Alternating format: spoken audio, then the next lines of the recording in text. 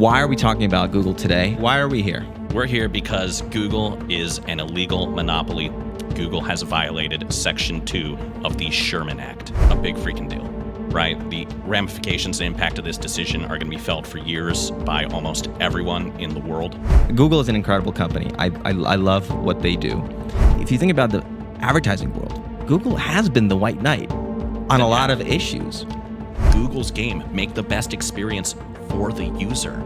Well, it couldn't all last, right? What did Google actually do that led to this decision? Code Yellow is essentially folks at Google who were tasked with what happens when you generate a really profitable quarter. So Google essentially realized we have an incentive to make the auctions less efficient. Because when money is misallocated, when the rankings are mismatched against the best possible downhill outcome for the user, we actually gain revenue through confusion in the auction. Like, this is where they lose me. So did they do this? They did this. And again, a lot of advertisers, myself, were shouting this. It seems like this is happening for years and years and years. Google was found to absolutely be cooking the auctions using BS signals to try and create confusion, but basically make the auctions worse so that each person's bid has to do more work against the others, essentially saying we need a mechanism that if we're having a soft quarter, that we can flip a switch and extract 10 to 15% more revenue out of the search auctions. And this was developed and implemented. There was an entire team within Google, not just to implement this, but to measure advertisers' reactions and see how much they could get away with. Basically say, oh, we need more revenue, Code Yellow, this quarter. They're going to raise those hurdles. And then they're going to artificially use tactics to inflate everyone else's bids to match because you can't afford not to rank. Right? Damn. This is disgusting. The next question is, can Google even be seen as in breach of contract with all its advertisers and customers now because they're operating an illegal entity?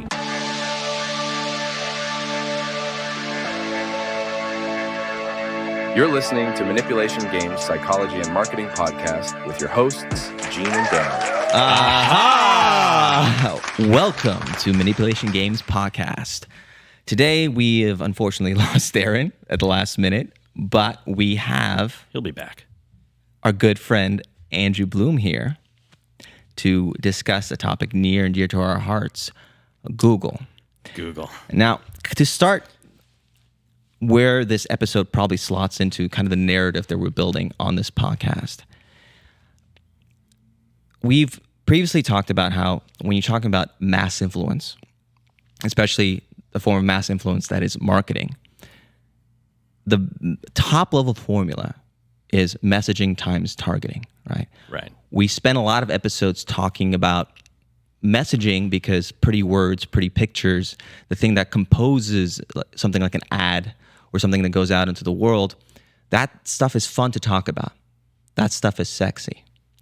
But the argument we made in episode 4 when we talked about how advertising is very similar to hedge fund management, we put forward the idea that while messaging is cool and fun to talk about, really the critical part, the part that really makes the major difference is the targeting or the delivery of the content, where you can have the most beautiful advertisement in the world with perfect words, perfect everything, but if it shows up in front of the wrong person, nothing will happen. Right. While you can have the ugliest, worst advertisement, terrible colors, terrible words, and you've put it in front of the right person, you still have a chance of making it work. So at the end of the day, a lot of the game, a lot of the success in terms of how your mass influence affects people is the targeting. Absolutely. And Google revolutionized our ability to put messages in front of the right people at the right time. They did that like no other, right? I wonder what used to be considered the bottom of the proverbial funnel before Google search, right? Because what is search other than where that intent lives, right? Yeah. They're positioned at the I want to moment. And Google hammers that. The yellow pages. It really was that. Yeah. Right? When people are ready to make a decision, like I needed somebody to do my roof for my house, or I needed a lawyer, chances are people are like opening the yellow pages to the section for the service they needed, and that's how they find it. Right. Start with the A's. You better hope. Everybody needed to have a name that started with A, so he'd be at the top of the listing. Yeah, and if you were a plumber named Zeke Zimmerman, God help you. No good. You weren't getting business, right? So someone thought there has to be a better way. So, Andrew, why are we talking about Google today and how they kind of slot into this world of mass influence? So it's been an interesting week.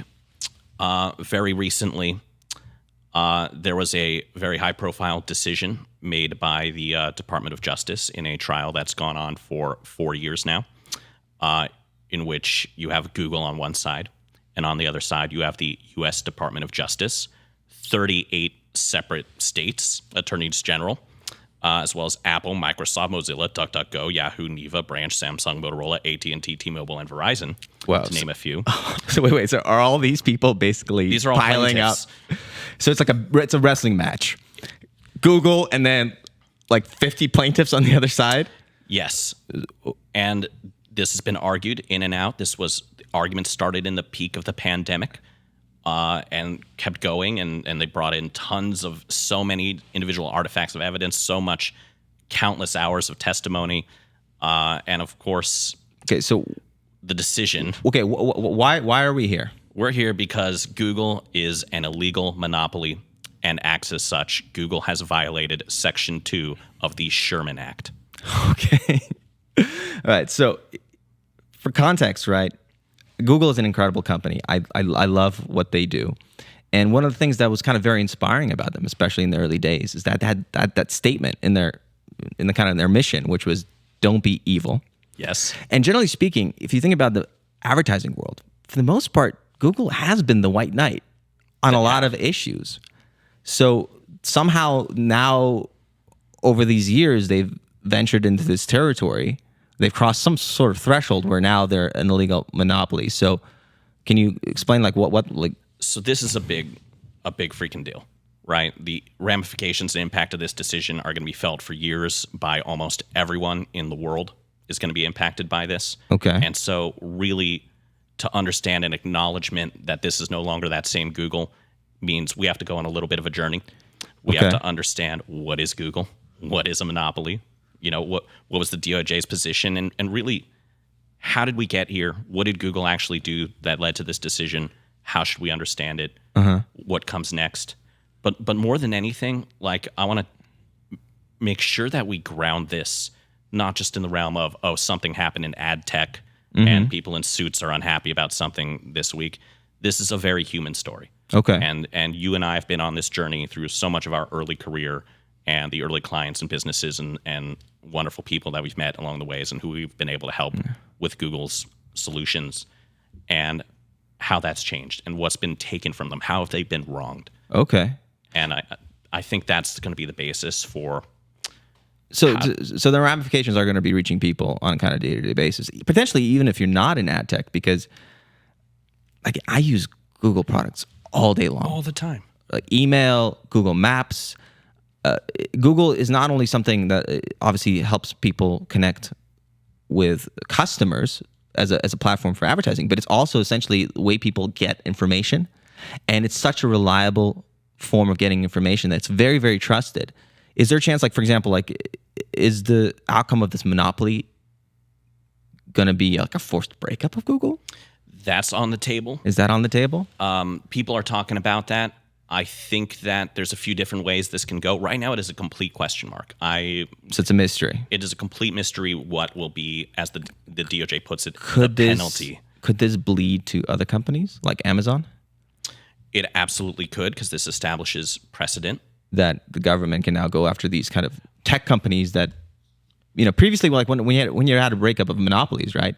When you had like Standard Oil and Andrew Carnegie, right? That's really obvious. Like, okay, you had one company that pumped all the oil in the country. At some point in time, you got to break it up. So that's Section A of the Sherman Act, which is the easiest way to become a monopoly is buy all the competition. And that's the easiest, dirty way to do it. You just bought everyone else, you are it. That doesn't serve anyone's interest, right? Section B has to do with the distinction between being a monopoly and acting as a monopoly. And what are the sorts of things that monopolies can get away with that non-monopolies can't.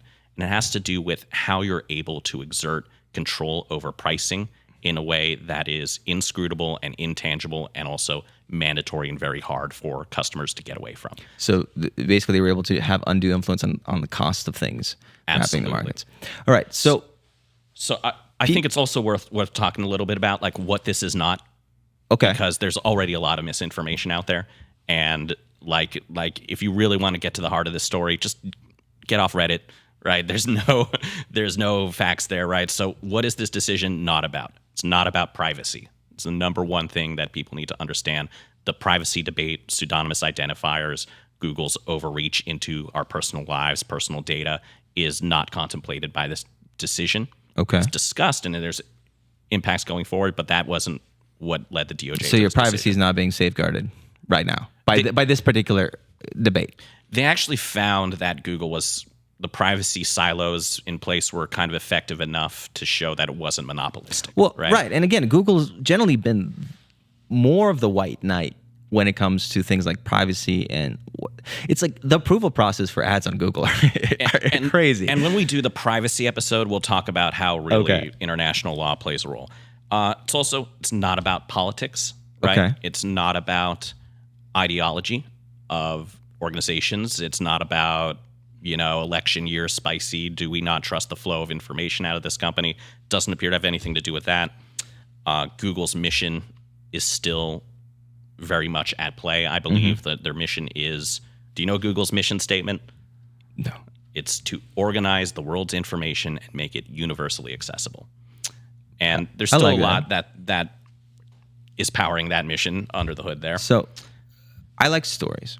Yeah. So does it make sense to start this from the beginning and the whole story of Google and then where they were and then where they wandered into? I want to do that. Okay. I want to do that. Well, Google turned 25 last year. Big birthday for them. Wow. But when you think about it, that's a long time. It's not that long, right? It feels like it was yesterday, yeah. When Google started, when it actually first launched, we'll go into pre-launch, the biggest search engine was Alta Vista. Second biggest was Yahoo, right? Okay. And everyone used these, and the people who used the web was this new thing for some nerds, but was proving to be an interesting way to get information.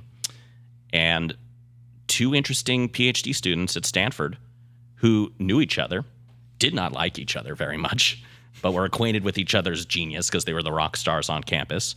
And Larry Page was very interested in the World Wide Web, of which is just the set of all devices that communicate using HTTP, right? Hypertext Transfer Protocol, right? We're talking about choose your own adventure books. That's what the World Wide Web is. It's a choose your own adventure book that Tim Berners-Lee decided to program into a computer at CERN to make it easier to link around. That exploded, right? And people needed a better way to sort through information. Sergey Brin was very interested in search algorithms, right? And a better way of understanding how can people's behavior also establish a benchmark for better searches? How do we build a learning algorithm? Okay.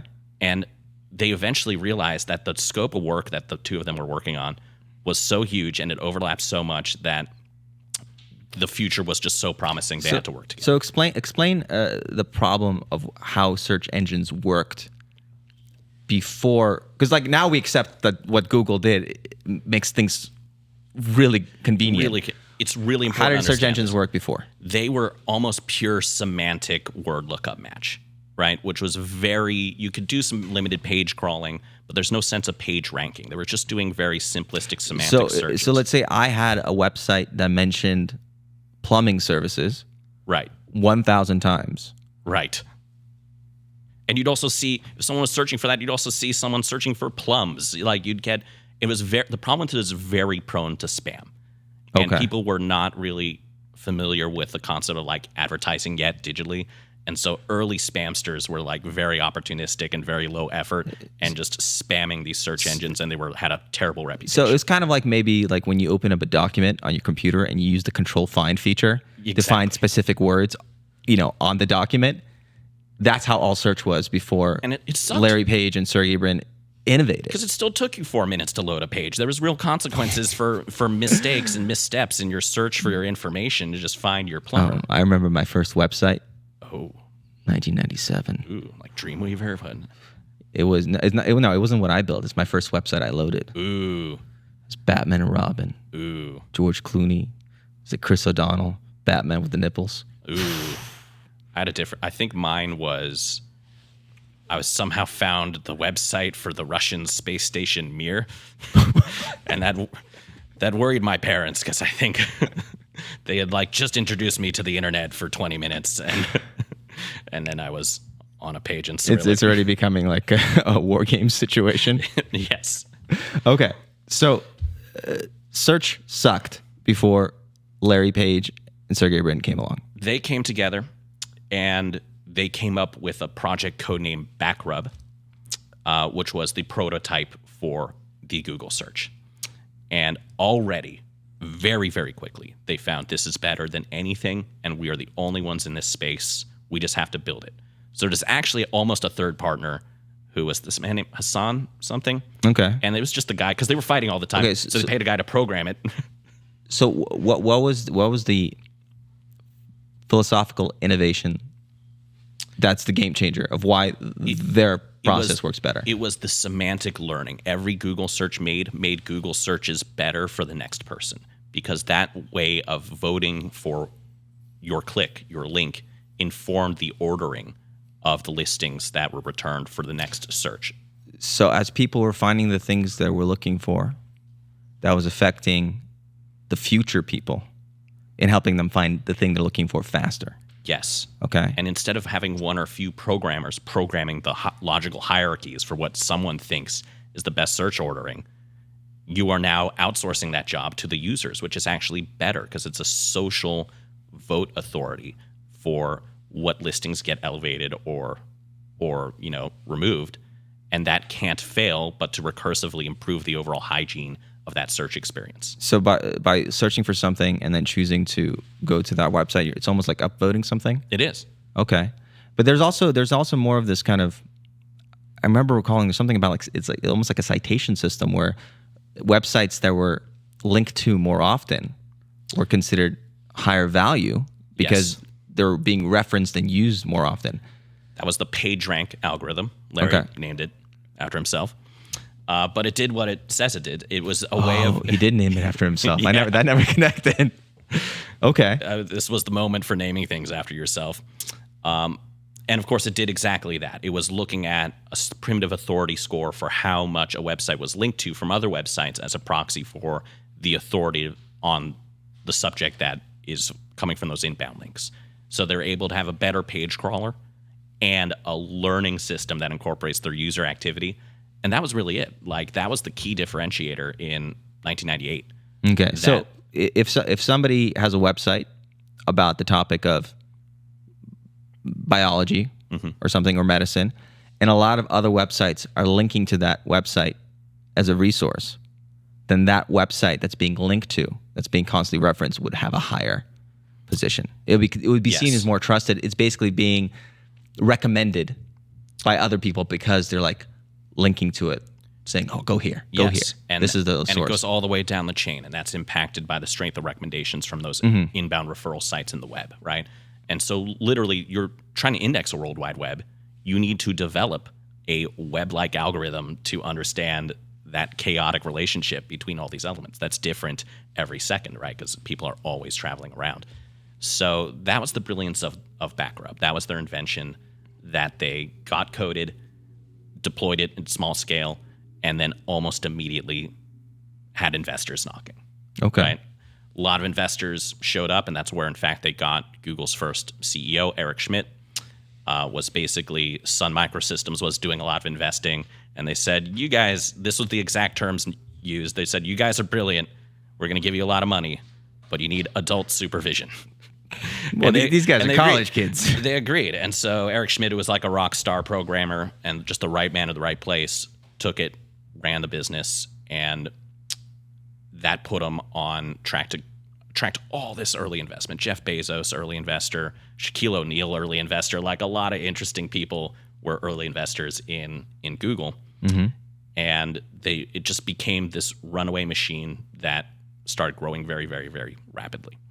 Now, that's important because that's where a little bit of the Google ethos came in, and how people realized, wait, this is a different sort of company for a different sort of Googler and googly set of values. Set of values. And of course, that set of values came to coalesce in 3 very popular words that are still reiterated today. And in fact, that came to the most famous representation of that was Larry and Sergey's letter to investors at the moment of their IPO in 2004. And it is a fantastic letter. It's only a few pages. Y'all should read it. It should be mandatory reading in business. But essentially, that letter to its investors is saying Google is not a tech company. It's a media company. We are thinking long-term, not short-term. And by the way, everyone who buys this, your shares have essentially no voting power. That's the gist of the letter. Now, there's also a very interesting section of that letter where they outline don't be evil. Now, at this moment, Gene, I noticed that I think we could use a bit more decor in the studio here. So I'd like to bequeath you with something. This is... Oh, there's gifts. There's a gift for you. This is a fantastic book. You're not a real podcast studio unless you have this. Okay. There's only 500 of these ever made. Wow. And it's the definitive story of the first 25 years of Google. Wonderful read, helped inform a lot of my research here. And if you don't mind, I'd love for you to have this. I didn't get you anything. And I'd love for you, if possible, to open up to the page with the sticky note. Okay. And could you read the paragraph indicated in the middle of the page there? All right. Don't be evil. Don't be evil. We believe strongly that in the long term, we will be better served as shareholders and in all other ways by a company that does good things for the world, even if we forgo some short-term gains. This is an important aspect of our culture and is broadly shared within the company. Do I keep going? Keep read that full section. Okay. Google users trust our systems to help them with important decisions, medical, financial, and many others. Our search results are the best we know how to produce. They are unbiased and objective, and we do not accept payment for them or for inclusion or more frequent updating. We also display advertising, which we work hard to make relevant, and we label it clearly. This is similar to a well-run newspaper where the advertisements are clear and the articles are not influenced by the advertisers' payments. We believe it is important for everyone to have access to the best information and research, not only to the information people pay for you to see. Whoa, right? And so this was in their IPO? That is in their IPO letter. And they're basically, we don't care how much money you give us, we're going to walk the straight and narrow. That is don't be evil. Now, in the context of that letter, it's actually, they're more focused on the dangers of short-term thinking. Because right now, all the other tech companies in the world are making their products worse. So to them, being evil is capitalizing and cashing in on a feature, like an early form of what we call enshittification today, right? And that was happening in all these products and email products. Email was kind of maturing at this time. Okay. And they were seeing everything else become worse. So it's like the progress of the Yahoo page, right? Yeah. It's like Yahoo had all everything on it. It's just you come in, it's chaos. Or MSN. Yeah. Or AOL or whatever it is. Caffeine. And Google, what they kind of pioneered, and it was very risky, is that it's just a search bar. Yeah. It's the cleanest design ever. It only does one thing. Well, it does two things. It has two buttons. There's search. What's the other button? Am I feeling lucky? I'm feeling lucky. Now, this is a crazy takeaway for how idealistic this company was and how the long-term thinking values of this company. Because what does the function of that I'm feeling lucky button do? Well, you click on it and it'll take you to the top result. It bypasses the search engine results page, the SERPs, and it just loads whatever would be the first organic result. That button costs Google tens of millions of dollars a year in lost revenue because it bypasses all the ads, right? That's how much they want to reinforce the notion of we are simple, we are here to get you where you want to go. And this early idealism, the don't be evil notion, don't inshitify, think long term, and moreover, like recruit and hire and train the sort of individual who is of a very different profile to think that way at Google is core to their DNA. They baked in like the Googler 20% time is baked into that letter. Yeah. Right. A lot of their early values. Can you explain what 20% time is? Because people probably don't know. So at Google, and this has always been their ethos, if you're an employee, it's expected that 20% of your work time is not spent on your active projects or what your manager's asking you to do. It's spent individually, free form, on whatever you think will contribute most to Google in the long run. Okay. And many of those things fail. Some of them become... But that's how you end up getting things like, I imagine, like Google Maps. Yeah. A lot of Google has so many different projects, like Google Voice, whatever it is. A lot of those projects started off as somebody's pet project. Exactly. Where Google was incentivizing people, just take one day out of the week, essentially. That's 20%. One day out of the week to work on whatever the hell you want and surprise us. And that was so different from the early 2000s corporate tech grind. It was such a different experience and a different kind of culture that they nurtured through this. It was truly, truly remarkable what they were able to do there. And so we love Google. We love Google. I mean, right now this sounds like these are the kinds of philosophies that pushed them into the atmosphere in terms of their meteoric rise was because they were different. And they thought different. They were googly. And yeah, they're still an advertising company. Yeah. No one cared because it was cool. It was, who cares if it's an ad or organic if it's getting me where I want to go really quickly. Now, for us to understand that, we have to talk a little bit about auctions. Okay. And about that experience, right? Now, of course, there's many different types of auctions, right? And in fact, why auctions in the beginning, right? You're essentially, a Google search experience is an ordered list, right? The human can only digest one snippet at a time, even for the ads that are ranked for you, right? And they have a privileged position in search results. How are we to determine how to rank different advertisers against each other for their offering? So people have the context. Whenever you look things up, because some people might not notice it. We notice it as advertisers because we use this technology all the time. When you look stuff up, the way Google is able to pay for the fact that it's basically giving you this amazing free service of helping you find the thing you're looking for is it sells usually the first or maybe top 2 spots in the search to advertisers. They market, like they said in their statement, very clearly it's an advertisement. But that is how essentially they're able to fund all the projects they're doing that they basically give to you for free. Right. And the advertiser only pays for the results. It's PPC, it's pay per click, not pay per clip. And the advertiser is only charged at the point of a click being incurred and someone visiting the website that they're promoting. So Google has to come up with a way not just to order the ads, but also to determine what to charge when that click does occur on one of the ads, right? Now, there's basically mathematically an auction system is going to be the solution here. There's many types of auction systems, right? Like what's eBay trying to do? It's trying to make the most money for the seller, right? What is a Dutch flower market trying to do? It's trying to secretly figure out how much everyone wants to bid on these tulips and then bring in the next flowers. And if it changes, we'll redo it. If it doesn't, you bought tulips, right? How does the government do auctions, right?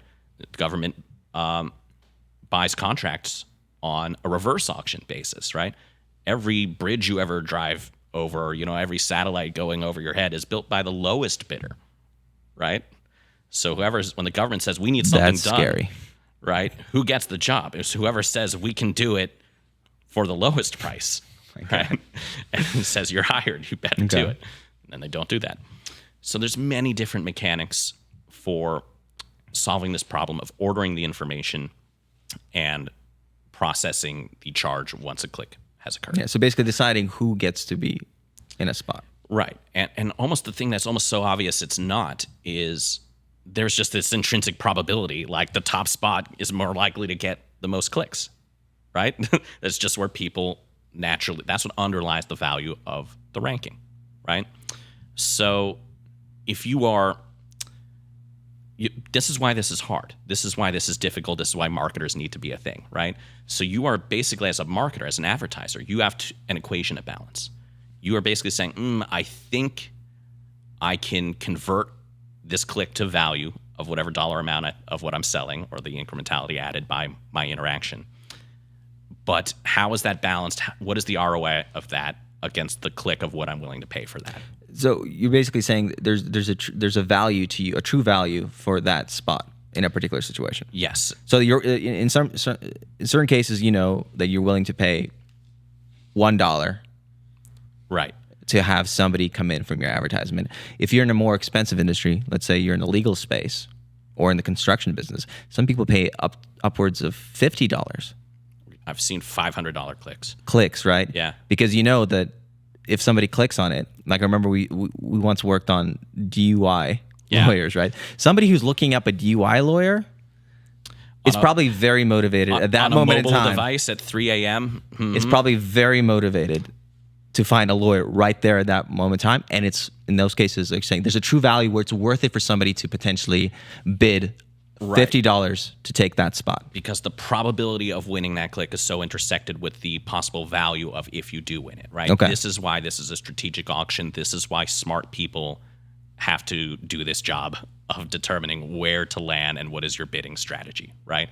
Your expected ROI versus your likelihood of winning that so click. Google built this structure where people are able to essentially bid for that top spot. So Google now has to say, okay, now how do we capture the most value out of that in a way that still comes across as transparent and fair and reinforces faith in the ecosystem, right?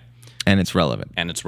So for starters, you don't know what anyone else is bidding, right? You bid based on what it's worth to you and your likelihood of your expected ability to convert on someone's click.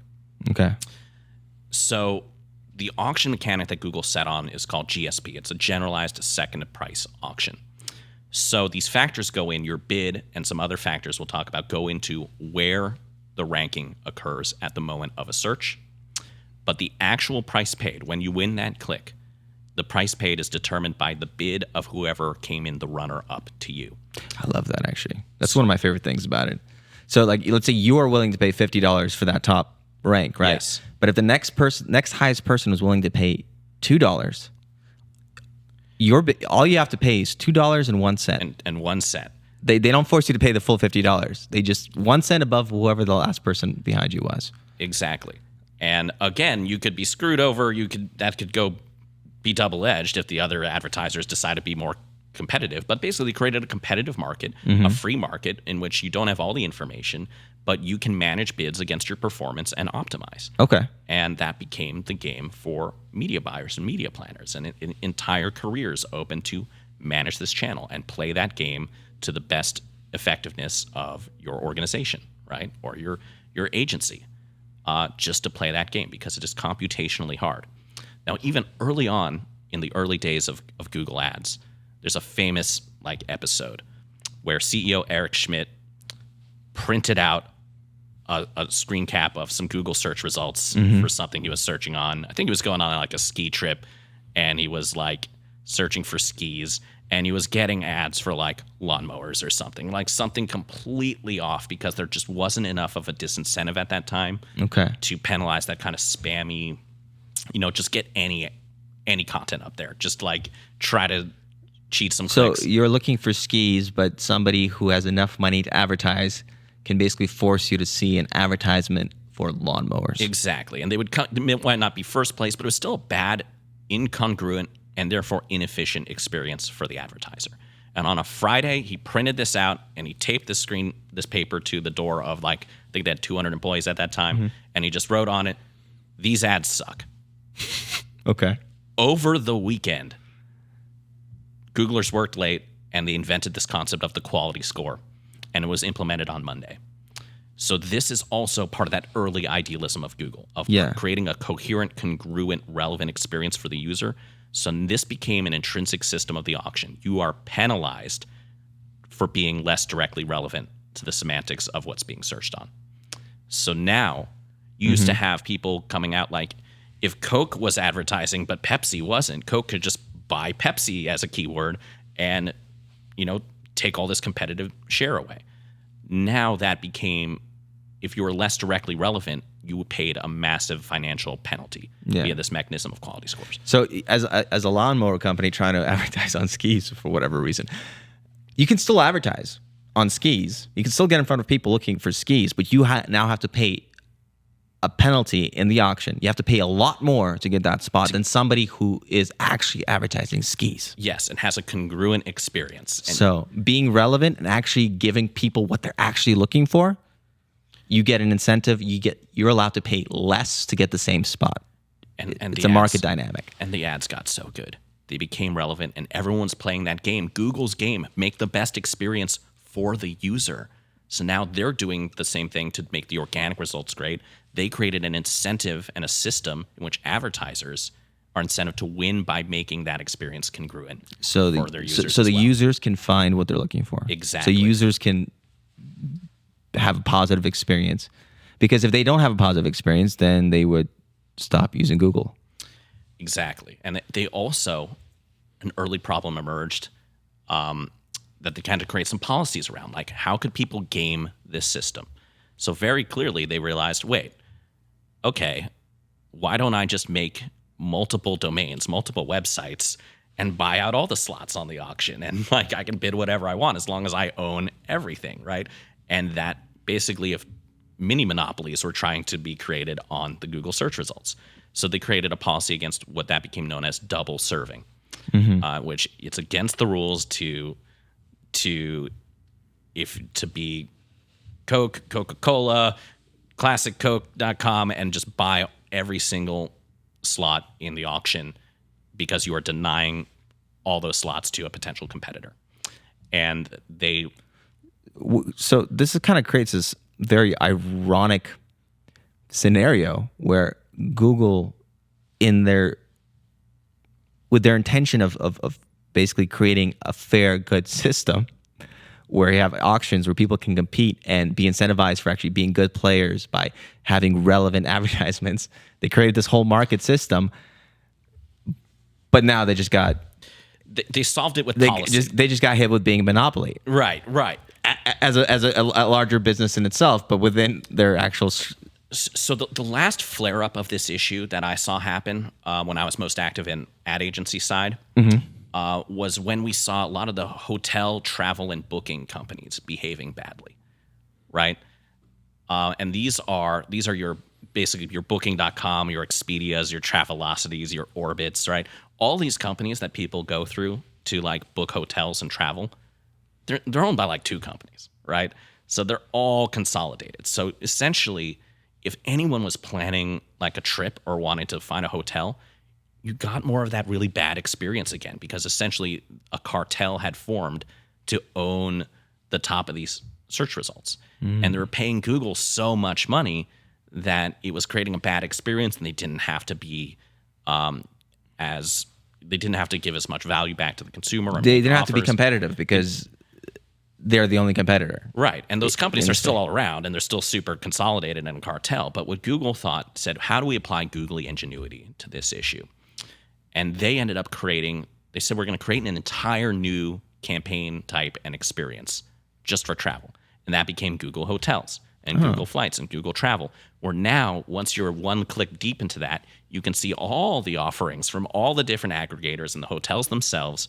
And they created an amazing framework that is auction-based and verifiable for even if you're just a hotel and you're one hotel and you're not big enough to challenge these guys, and you might have one feature, like we have a really great hot springs or a sauna or something. You even have a framework to advertise that, and one of the other big aggregators can underwrite it for you because they have use free market systems to create better experiences and solve these problems. Usually in most cases, and we've seen this as we've been going through history, right, is that when you set up the rules of the game in the right way and you allow market systems and people who are acting within the game to try to do the best they can, you get the best possible results, right? Right. That's why usually a lot of times like top-down governance, as you've found like in these authoritarian states, a lot of things start falling apart because, all the instructions coming from top down, right? So having these, like, if you can set up the rules of a game the right way, that is generally the best way to incentivize good behavior long term. Exactly. Not telling people what to do, but just setting up a game where people naturally will eventually, in their own self-interest, act the best way possible. They're playing the infinite game, right? Think of, if you're in a box, it's outside of the box thinking. Think of a new box where you have free market principles on an economic downhill that creates more inventory, more it's good for the customers, it's good for the users, it's good for Google, right? And and that was when I was so happy to be working with this company, right? Because it's like, that is the type of innovative googly solution. All right. So the story arc so far is they started by innovating the ability for people to find things they need to find with their search engines, right? Right. And kind of the next level, they basically revolutionized the industry in terms of how advertising works, basically forcing good behavior by incentivizing advertisements that are relevant, and this whole like system where people can bid against each other and succeed. Yes. Good for the end user who wants to find their hotel or their flights in a way where they're not being scammed. It's good for them to be able to find the things they need. And it's also good for the advertisers who are able to build the business. So that's the story arc so far. Well, it couldn't all last, right? Because one thing, we hoped, the DOJ outlined many reasons for classifying them as a monopoly. And many of those are fairly prosaic, right? One of them is just the sheer profitability of search advertising.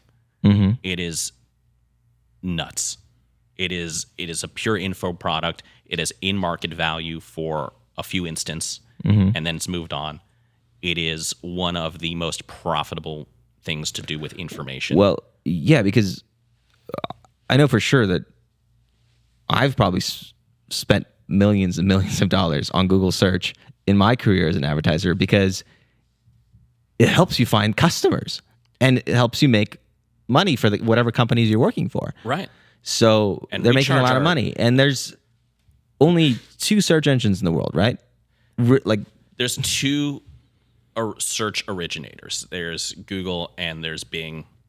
And for example, like Yahoo and DuckDuckGo both syndicate their search results from Bing. Yeah, and this is because to run a search engine, you need like massive server farms with tons of computational power. It's a very complicated thing to do it on the level that it's at now, where you type something in and you find the answer to your question across the billions and billions of pages that probably exist now on the internet.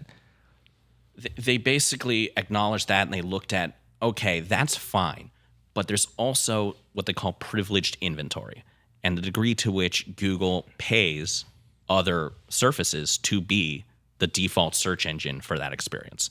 And of course, the best known example is the iPhone and Safari. Yeah. So even though Apple has their own search and Apple has a competing product to Google's phone products, their own search engine, right? Google still pays them $20 billion a year to be the default search engine for that experience out of the box. So basically forcing people into using Google right away anytime you get a device, they're paying money to be the default. Yes. And it keeps them in the ecosystem because it makes your search better when it knows who you are and looks at your... So why does the DOJ have a problem with this? They just think that that is an example of something that they have the revenue and the ability to accelerate their position and do that, whereas someone else wouldn't be able to do that. I see a problem with it, but it's a very future long-term thinking problem. Again, I think for the most part, Google still very much embodies the ideas of don't be evil. Right. But the problem is, what if one day they decide to become evil? It's the same thing. Like you can have a benevolent dictator in a society, right? Sure. Somebody's like a good king. But the king's son. Yeah, but at some point in time, if that power accumulates in one place, and has all the power, the monopoly on power, it can go very wrong if at some point direction changes. So you need checks and balances. You need somebody else in the market. We're going on a walk now into the dark evil forest, right? And the DOJ highlighted a few of these, right? So we talked just the sheer profitability looks like a monopoly.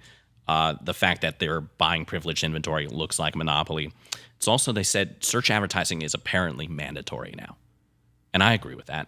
Think of any business. Is there any business that should not be on search as a way to acquire customers?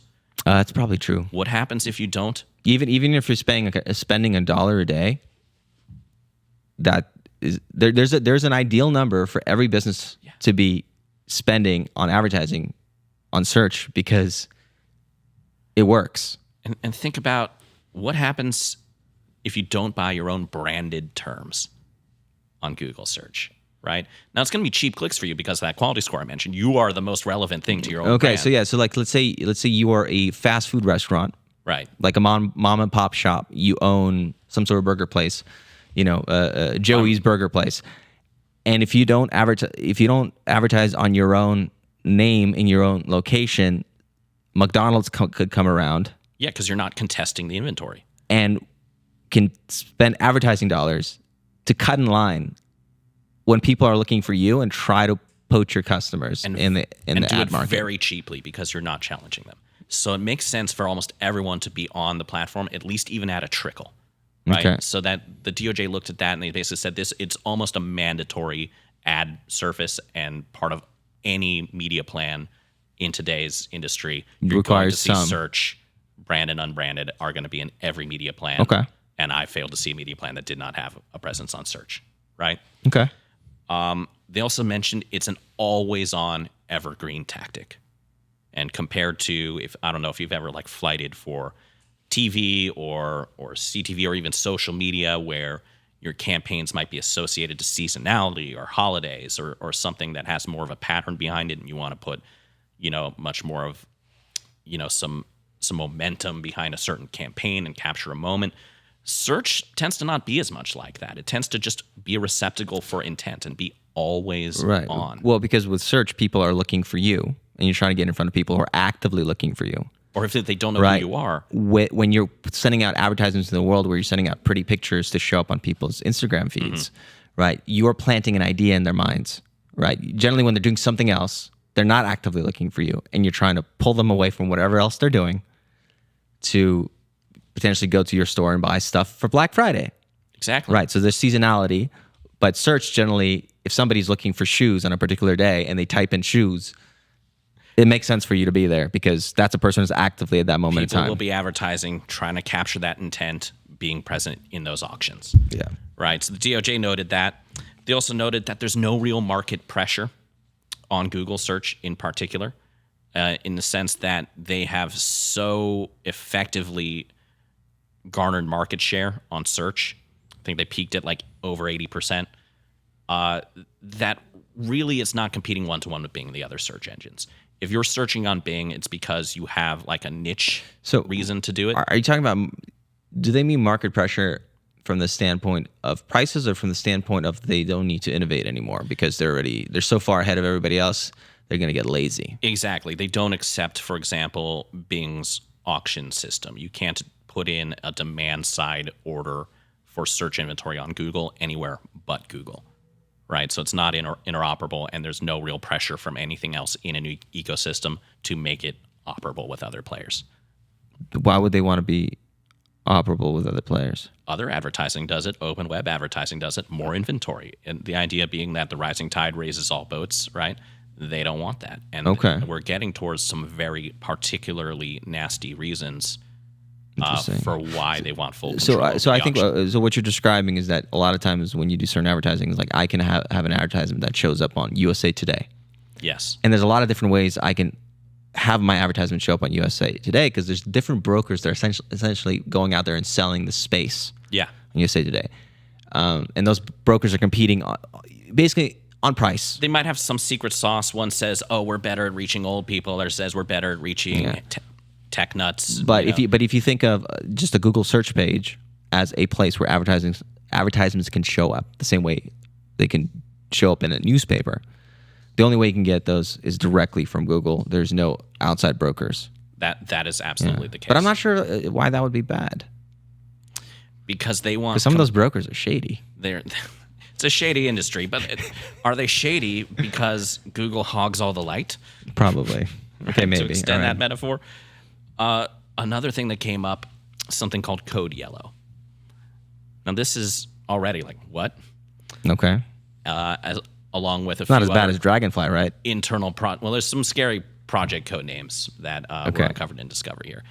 But Code Yellow is essentially folks at Google who were tasked with what happens when you generate a really profitable quarter. What do you have to do next quarter? You got to meet it and beat it, right?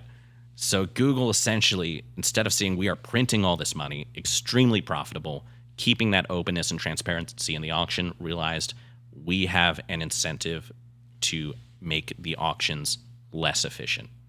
Because when money is misallocated, when the rankings are mismatched against the best possible downhill outcome for the user, we actually gain revenue through confusion in the auction. Oh, wow. So you're saying by being less efficient, let's say that DUI example, where you're willing to spend $50 to get that top spot, but the second advertiser behind you is willing to pay $2, and therefore you normally would pay $2 plus 1 cent. Yes. So somewhat you're saying is that, okay, well, the next step for us to make more money is that maybe we get you to pay more than whatever the guy behind you was willing to pay by. And you'll never even know. So we now know. Okay, that is this dark. is where it starts to get repugnant. Like, this is where they lose me. So did they do this? They did this. And again, a lot of advertisers, myself, were shouting this. It seems like this is happening for years and years and years. Got the brush off every single time. So it's getting more expensive. Google was found to absolutely be cooking the auctions using BS signals to try and create confusion. And essentially, if it looks like, and they did this in a few different mechanisms, we'll talk about it, but basically make the auctions worse, more confusing, so that each person's bid has to do more work against the others based on all these BS signals to try and raise the overall floor, raise the tide of the value of that auction by making it seem more competitive than it actually is. This seems like the beginning of a Shakespearean, like, tragic arc, like a Breaking Bad. You're starting off with a nice Walter White, and you're heading. This is Heisenberg. You're heading to slowly, very slowly. You're transitioning to Heisenberg. Because I never heard about this. This is really so Code Yellow really was something dark. that was revealed, and essentially saying we need a mechanism that if we're having a soft quarter, that we can flip a switch and extract 10 to 15% more revenue out of the search auctions. And this was developed and implemented. And there was an entire team. And the way they accomplished this, I'll talk about it in a bit. But moreover, there was an entire team within Google, not just to implement this, but to measure advertisers' reactions and see how much they could get away with on the vibe of, hey, is our CPCs increasing against the moving average on an over-indexed rate, or is this looking like unreasonable price gouging? They literally had a disinfo campaign. So that people paying attention to whether people noticed that this was happening and how unhappy they were becoming? Yes. And then they would try to, based on your estimated long-term value to Google in the auction, because it's a very sticky channel, they would try to deflate your pricing in the short term, and then bring it back. Again, based on if you're going to be a more valuable long-term customer, which itself is not supposed to be a factor in the auctions. So this is something that they moved, in fact, they kind of moved off of the GSP to something called RGSP, which is a randomized element into these auctions. So they would actually just introduce a bit more chaos into that second place slot, give them a little bit of a handicap, and then based on who do we think is going to pay then to outbid us the most in the long run by total dollars spent with Google, we would then reward them and kind of lock them into better pricing. So basically they're trying to squeeze out an extra 10%, 20%. Yes. On every interaction. And that compounds and compounds and goes back, and you're seeing CPCs double. So how did they get caught? Well, people like me complained enough to the government. And wait, you complained to the government? I complained to Google's face. I didn't complain, but basically my counterparts in these major companies. And again, all the other points we talked about more like intrinsic to monopoly, but particularly the price manipulation, because this is the distinction between being a monopoly and acting like a monopoly. What does being a monopoly get you? What's the point? It's so that you can do this. It's so that you can manipulate price with low transparency and backlash. Is anybody else doing kind of price manipulation like this? Any other big tech players? No, big tech players are actually introducing really good, like almost deflationary measures, like that reward the audience provider and kind of the more full chain and kind of use a little bit of a fractional attribution model to pay out the click in real time. And that's what like the Trade Desk and more open web currencies, open AP, really interesting movement in the more open web side of space. The more programmatic side of space is behaving much more fairly. It's these walled gardens, and Google in particular has been up to this. Okay, I mean this is kind of scary because we're talking about how they're striving to make people be able to find things easier, which is a noble goal. They created an auction system that was fair and relevant, and now we're in Act 3 of this kind of discussion, and they've started doing price manipulation. And again, I'm on Google all the time, and I actually never thought about it. I wasn't, I guess. It's so much. Even what they call black boxing. We talked about PMAX, but like taking away transparency. So then the people don't see what the costs are. And now no one even does manual bidding anymore. Google says, oh, let us be in charge of your bidding because we can see what everyone else is doing. Trust us. And it turns out if you give them full control over your bid algorithm to see in real time what the best, possible bid allocation will be to hit your targets, they bake in a lot more inefficiency. They removed functions of match typing, right? So basically, how strongly are you going to allow the user's query to map onto the keyword you're targeting? And there used to be a function say, I want exactly this term. So they're removing control. Right. So I'm searching for. If you were searching for, popcorn, or you were searching for. If you were searching for movie theater popcorn, right? Your search, you would have to wait for a user to type in all and only movie theater popcorn. Exactly. Those words in those order, no synonyms, no phrasing. If someone was searching movie theater, you wouldn't show up, right? Well, I'll tell you an example recently. I've been helping my wife, who's a photographer, with some of her campaigns. And she's advertising. She's a fashion photographer. She's advertising Los Angeles, fashion photographer. And all of a sudden, we're getting all these weird names. And we're starting to show up on the names of other fashion photographers operating in Los Angeles. And I'm like, this is... Something's... Yeah, and we're doing exact and phrase match. So anyway, but I don't want to go... no more match type anymore. Yeah, so again, I know that. I mean, it's still there, but they're not being adhered to. They're not being adhered to. And the DOJ referenced that. Okay. They're saying that is anti-competitive. So basically, it's forcing people to show up for things that they did not want to show up for. Right. And by Google, eliminating control. Their all-powerful AI is supposed to know what people really want, but it seems to be much better at introducing you into auctions you shouldn't be in, raising so they can make more money. So they can take your money for irrelevant clicks and, moreover, use your bid to raise the bid floor and pricing of those other auctions. Okay. So that's pretty bad. Now, on top of that, we have shadow bidding. So they themselves, Google, is acting as a silent partner and a silent bidder. Even though they're not selling anything or promoting anything, they themselves are essentially sitting at three places. They're sitting at the bottom of the auction. Then they're sitting at what they call the above the fold, right, the top of page. And then they're sitting right below the absolute top of page, the number one slot. What do you mean they're sitting? Are they bidding to put something there? Yeah, they themselves, if let's say there's 8 people bidding for 8 slots on ads, 3 of those people are now Google themselves just introducing a hurdle to hit. So they're basically setting a minimum that everybody has to be. Yes. Even though the market is not dictating that minimum. Even though it doesn't. It's like minimum wage, but for bid for bids. Right. And they basically say, we need more revenue, code yellow this quarter. They're going to raise those hurdles. And then they're going to artificially use tactics to inflate everyone else's bids to match because you can't afford not to rank, right? Damn. Because this problem, they only have to do 50% of the manipulation. The other comes from brands that can't afford not to get their results. They comply. They're going like they're held hostage. Full like mafia racketeer. This is disgusting. I am Tony Montana disgusted with this company. This is repugnant. This is absolute just contempt for their own customer and their partners. and people like us who have to represent advertisers in auction just to get the most effective rate to promote their business, are asking Google, hey, can you help us? These economics don't make sense. And they're saying, no, it's all valid. Every problem is solved by giving us more money. Wow. And even the way that they take advantage of new smaller advertisers, and we had to set this up because let's say you just close a new small business, you're going to start advertising on Google, you just set up their account, put their credit card on file. We need to talk about credit cards. And what is the thing that we had to learn to tell them is going to happen?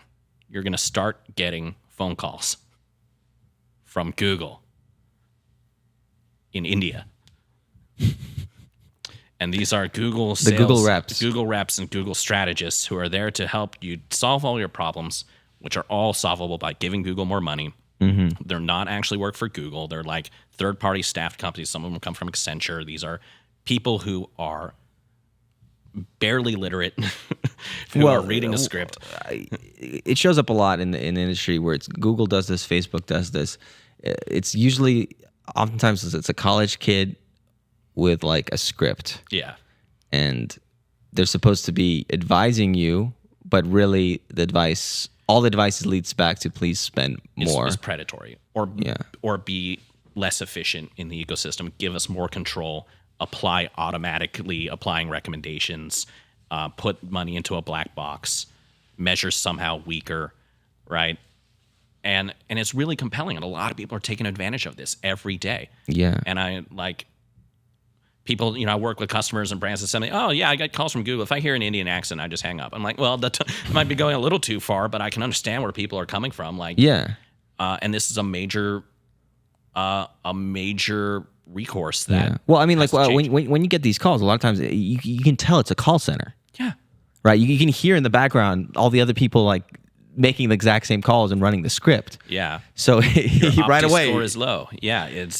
Give us more money. We'll raise that Opti score up so you can have best practices. And people are like, okay. And it's incredibly effective. And again, just it results in higher bids, more competition, more revenue. Yeah. I mean, now that you start kind of laying out this case piece by piece, I mean, thank you for illuminating this for me, because this is really opening my mind. I mean, at the end of the day, this episode might end up being called like, how Google is cheating us, which is a little bit dangerous because the episode's going to go on YouTube, which is owned by Google. I think we'll be okay. Okay. I'm sure we will. Maybe just walk me out to my car, but okay. It really does weigh on me. Because they came from such pure intentions. This company I've loved and respected, and not to mention, planned and activated hundreds of millions of dollars of other people's money sent their way. Because I saw the power when you can do that, right? And the best part of digital marketing is it creates all this exhaust data. You can see the impact. You can run data analytics on your impact, and you can take that back and synthesize it with your business analytics and bring real actionable insights, right? It is so valuable a tactic. And it just seems to me that this company has caved in and got greedy, and it has to be deliberate.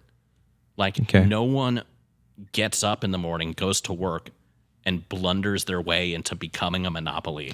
Well, it's deliberate, but it's deliberate in very small steps. I have this phrase I often use when I talk about people's behavior, right?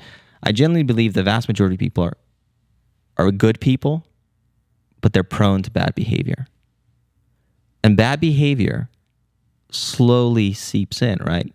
It's quarter by quarter. It's the little pressures. Again, you structure the game, and there's little pressures like, we need to raise our profit margins by 1% this hit quarter, your numbers, right? Yeah. And all of a sudden, you start making little shortcuts, slippery slope. And then again, you look down 5 years down the line, and you don't recognize yourself because the little shifts in behavior over time have transformed who you are. When I reread that "Don't Be Evil" statement, the original one from their IPO letter, it was almost comedy, but it was more sad, right?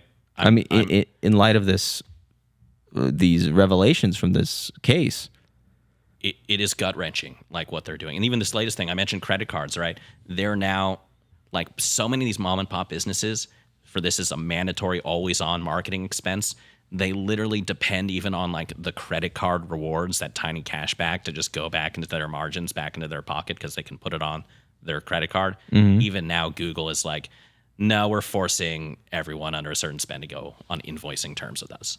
So like for convenience, right? Not knowing that's going to wipe out thousands of businesses, that decision alone, right? They have so drifted away from who their true customers are, who's representing them. They're like Google partners. I ran up Google Premier partnership, right? Where I was like, two-way conversation, three-way meetings with clients. Like, what is the most action that we can take off of the data that we're generating to help our clients, and getting my customers, get the agency, get Google into a room and come up with a 12-month plan and maybe get some privileged access to a new tool or a beta or something. It was really effective. And now like we're seeing they're gutting these partnership programs. They're getting rid of these teams. They're sending people more to these like Indian, scam call centers. They're just losing that sense of relationship management and account management. Do you think the fact that the DOJ plus whatever the other 50 people 38 states attorney generals, and do you think these actions, this case, can help them correct their course? I think so. I'm optimistic. So now it's a good chance to like guess at what's next, right? Because all we know from this decision is that there is to be a penalty. Love that word. I really hope it's not a fine. Well, a fine doesn't make sense. A fine does not make sense in the context of the profit engine. Yeah, because fines are often a joke. Do you remember that time there was that whole patent case? I think it was Apple versus Samsung. And there was a fine, and they decided to deliver the money in pennies. Yeah. Just to be petty. Like they took the entire. They found as many pennies as they could, and they delivered the money in pennies. A dump truck of pennies. Yeah, we have because again, for these companies, they make billions and billions of dollars. Fines. That's generally not enough as a penalty. That's a write-off for them. It is. So I think in terms of real consequences, and by the way, like the next question is, can Google even be seen as in breach of contract with all its advertisers and customers now, because they're operating an illegal entity? Like, is your operating agreement with Google illegal and illusory? Does this open up a case against them by the actual users? I intend to find out, and if so, I intend to be one of the first ones, because I want my money back on behalf of my clients, right? So I don't really want a fine paid to the government so much as I want a refund look, I'm happy paying the market rate for what we paid for. But if they were illegally inflating these, if they were inflating these numbers in a way that was misleading, then there's no if anymore. They did it. It's on paper. Google is an illegal monopoly. Like, we need to accept that fact. Okay. Can that be extracted? Can that be remitted? I don't know. I think until then, I think a few heads should roll. I think that what would be the so there's obviously like you want to, if somebody misbehaves, you want some sort of punishment. So slap on the wrist, like, okay, don't do that. But long term, if you want to shift behavior in a way that is helpful and is positive, what measures do you think would be required for things to be back on course?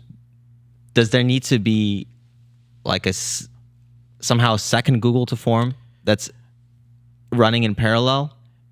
Yeah, so they can keep each other. That's a big question, is how much of this better behavior can we enforce from within the system versus without, right? Yeah.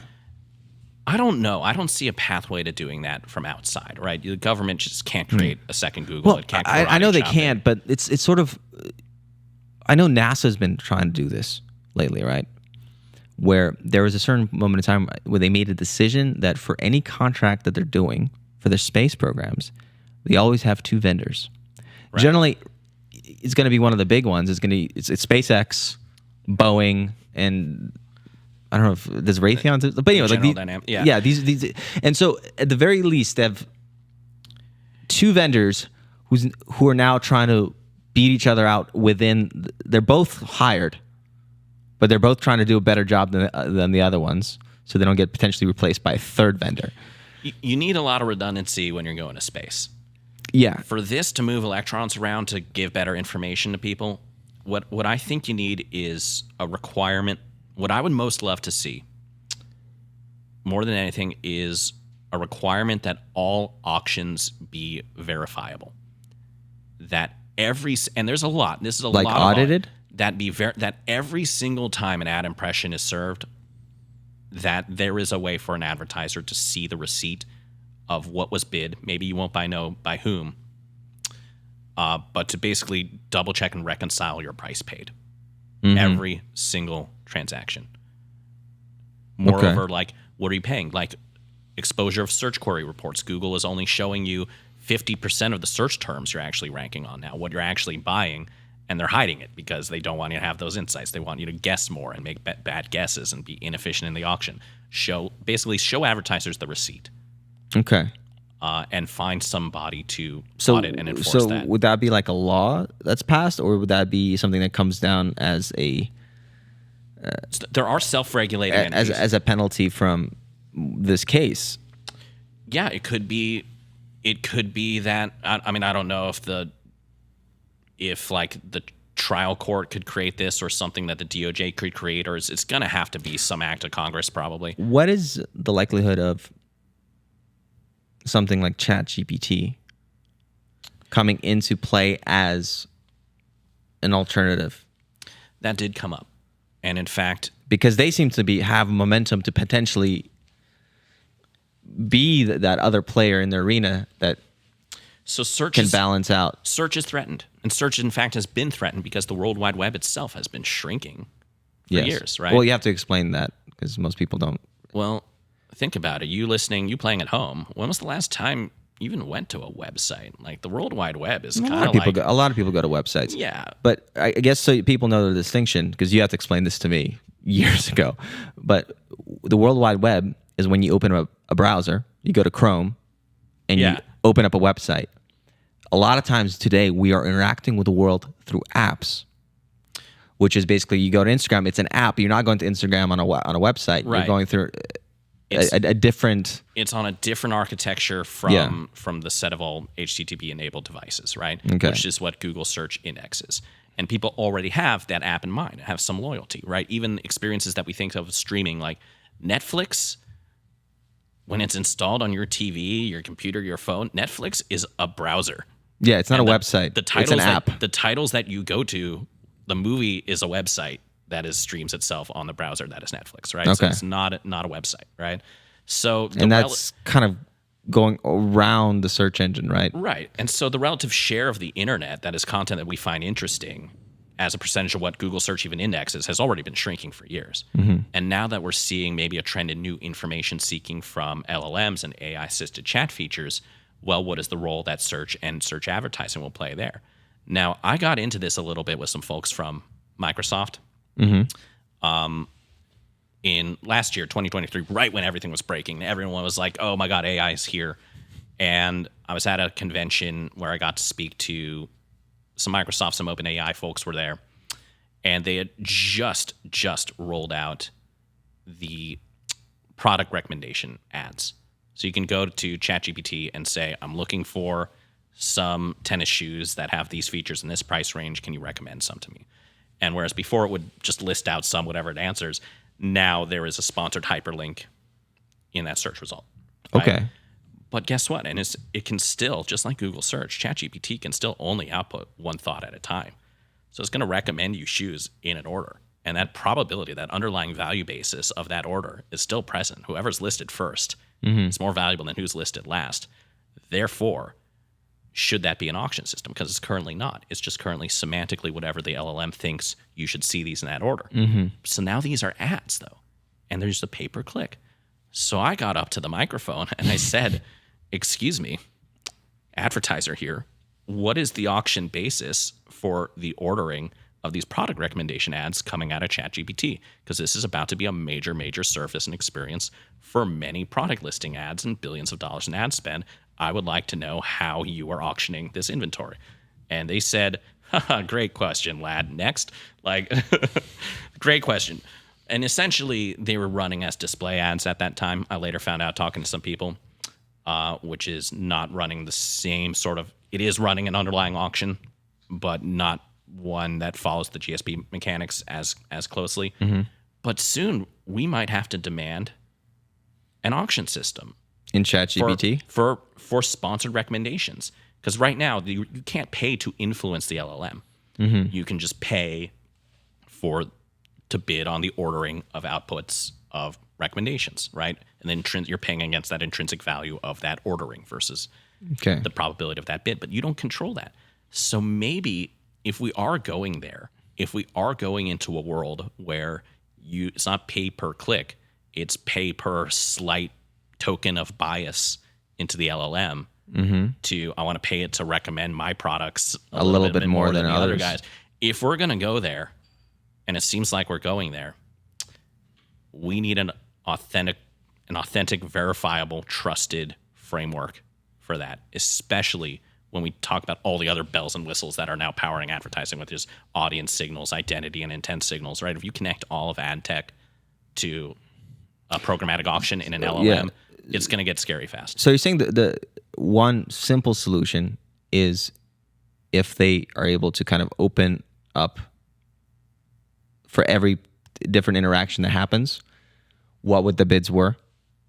So people can double check that there's not price manipulation happening by these companies. And moreover, I love whose task that will fall to. Like that can still be something your Google partner or your agency lead will help you with, right? Yeah. And that goes through, we have regulatory bodies in the industry. We have the IAB who advocates on our behalf and standardizes things. Because I would not want to see the government do this because, they can barely figure out what the internet is.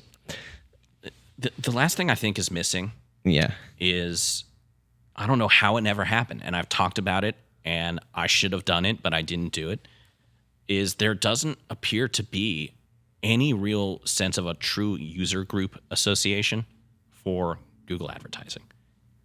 There are agencies and there are tech groups and there's subreddits, but for any other major technology, that like a major tech platform, like say Salesforce, there's all the power users of this, the real people who use this every day and have staked their career on this technology, have formed almost like a union, a user group association of people who serve to hold the company's feet to the fire and enforce certain standards, enforce transparency. They might charge dues. They're going to run their own certification process to say, no, you don't say you're trained in this technology. We say when you're trained in this technology. So you're saying if it's almost like a union and they could decide to boycott the platform when they're misbehaving? I don't think a boycott would ever be effective, so I think the union metaphor you don't think breaks so? there. No, because someone else is incentivized to swoop in. It's an auction, right? I don't know. It seems like the boycott's working with Twitter. Maybe. Well, those are really big power players, right? Who decided to boycott Twitter. But then again, Twitter was never really like not a lot of people were getting business from Twitter. Apparently not. I mean, it's still incremental to someone. So you can get rid of it, but it'd be very difficult to remove something like a Google. Yeah, they can come back anytime when or Facebook from your when it's profitable for them to do it from your marketing plan. Yeah. So a true Google advertising user group association or Gaduga has never formed. Someone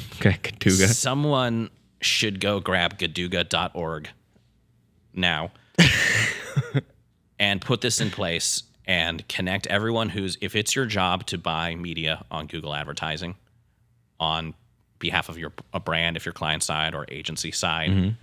There's a few very different tracks there, right? Even if you're a freelancer, if that's your career and you've now attached yourself to the success of a business that is legally an illegal monopoly, we now need some leverage in the industry to enforce good behavior here. Yeah. Are there any other major bullet points? No. On your list? Okay, so I think we should then try to tie this up in a knot. Let's do that. So algorithms and innovations and technology that's been developed by companies like Google have a major effect on our everyday reality. Like we hear about the way information travels to us literally shifts our reality. Depending on what news pops up on our news feed, it might inform like our political opinions, it might inform our purchasing choices. It's very, very powerful stuff. And people have been talking about the danger of algorithms and how things are kind of going around for a number of years. And yeah, Google started off so good with with seemingly very pure intentions. And for a long time, like they innovated a lot of stuff that just by setting up the game the right way, people were incentivized to behave well. Yeah. What you opened up for me during today's conversation, because I guess I wasn't really keeping up with the case and all this other stuff. I guess I was being a little bit naive because I've always thought of Google as the white knight. Is that they really veered off into the dark forest, as you said? It's so real for so many people. And I'm just thinking about my client who is a taco truck. Yeah. I work with a woman who makes lampshades. Uh-huh. And they're going to be affected by these. And they can't keep up with the manipulation anymore. Yeah, the price manipulation, the various different things they're doing. And I can't in good faith recommend them. I can't go ahead to these clients and say, there's this illegal monopoly, you have to give them money with no transparency for it, or you can't have a business. So something's got to change. Well, this decision that came down on Monday of this week, like you said, it's going to have big ramifications. It's hard to know what's going to happen, and it might not only affect information companies like Google, it might affect a lot of other businesses as the regulators are trying to figure out, like, what is the best way to deal with these really crazy, powerful technologies? There will be precedents for the walled gardens. Meta is watching. Amazon is watching. And even streaming, I wouldn't be surprised if we were to look under the hood, everyone's hood, and see where is the next worst example of bad behavior coming from. I suspect some of the streaming inventory companies. Okay. And I'm not going to name names, but I suspect that like Amazon. They're a streaming company, right? Well, I had recently had an experience. I was listening to. I love Audible. Like one of the ways I prepare. I mean, I consume so many audiobooks in a given week. It's out of control. Don't tell my wife. I spent a lot of money on Audible. I had this experience where I was listening to a book on Audible. And there was an opening note from the author on the book on Audible saying, when you want to get the next book in my series, go to this website instead. Yeah. Like Audible listeners, thank you for being fans of my book. Please go to my website to find out about whatever. And they have a letter on this website explaining point by point why, for the author, there's so many ways that Audible and Amazon is basically abusing authors, where they would prefer, if you like their work, to go buy it somewhere else. And it's crazy because I'm listening to this message on Audible. One of the next big questions doesn't even have to get into what we've talked today is ad tech, right? Yeah. And the ad auction monopoly manipulation. That was what the benefit Google sought from being a monopoly, was to be able to manipulate pricing, right? Yeah.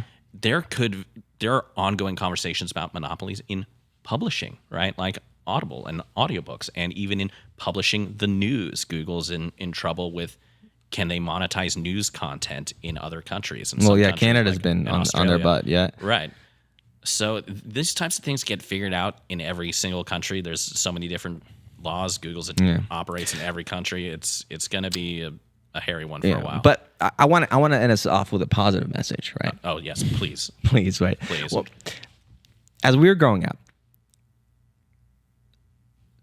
new technologies came to play. For example, do you remember the age of Napster and Kazaa? Yes.